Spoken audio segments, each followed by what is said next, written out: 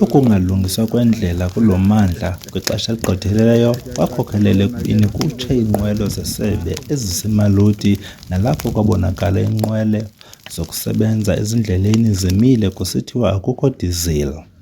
Umphathiswa ngelo xesha wathembisa ngokungenelela kwenziwe le ndlela rhoqo.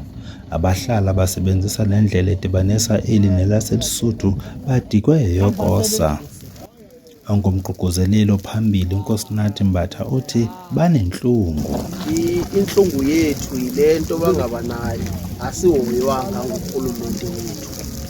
Thina abantu abasebenzisa uthitetiwe abathatha umphakathi imihla nezolo.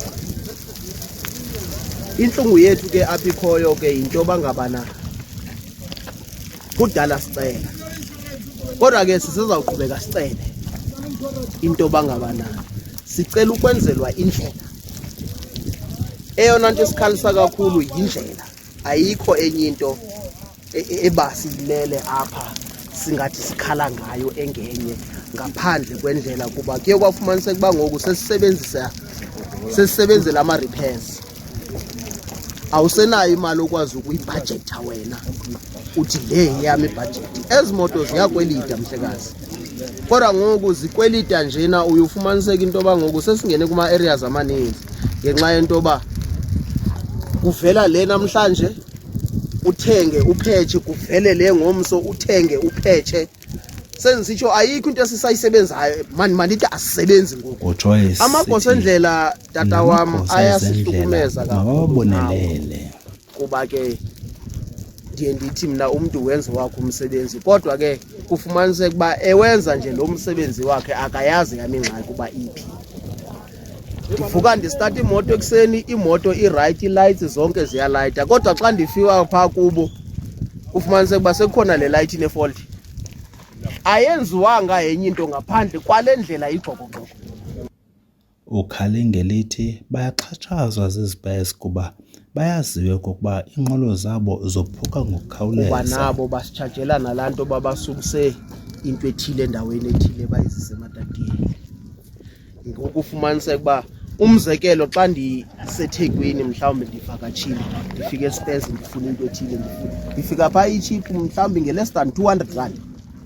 Kodwa xa ndifika apha ematatiyeni ndifike ndibone uba yeyi, hayi mani siyabetha. Uvuyisile Majola uthi bathenjiswa okokuba le ndlela iza kwenziwa rhoqo kwiinyanga ezintathu. Ngaphambili sasike savumelana norhulumente ukuthi sicela emveni kwe-3 months njalo indlela ilungiswe, noba yi-greater kuphela, indlela ingayekwa ize ibe zezindonga ezizo njengalo mzuzu ebangele uba sibe lapho. Igosa lesebe lithe liceba ukuba rhoqo kwiinyanga ezintathu bazalungisa le ndlela, kulapho aye waqhoqhaya luluntu lusithi alufuni nokuva obuvuvu.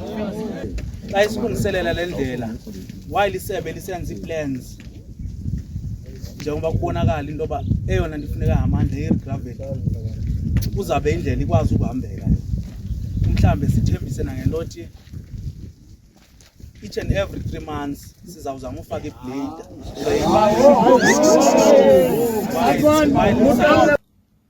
Kanti uMajola uthi bavumela abo bagulayo nabaye ematyaleni okokuba badlule kule ndlela. Tata, abantu kakhulukazi ndaqala ngaba abagulayo siyakwazi ukuthi bona sizame ukubadlulisa kule ndawo, kakhulukazi aba abagulayo naba abaleqa khona kwi-court. Utsho irogrisa ngelithi bangangavoti kulonyulo oluzayo. Uba yenzekanga le ndlela lena nyani ukuvota asiboni sivota.